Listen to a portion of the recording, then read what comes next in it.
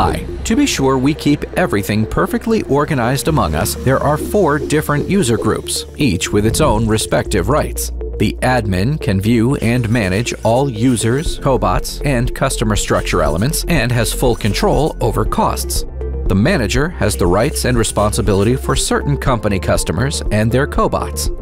The supervisor manages individual buildings or a whole campus that has been assigned to them. The cleaning staff is responsible for certain buildings or floors of a building.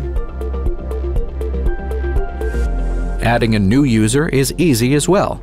To do so, just go to Users in the main menu. Once you've added a user, you can assign the person a role and invite them via email.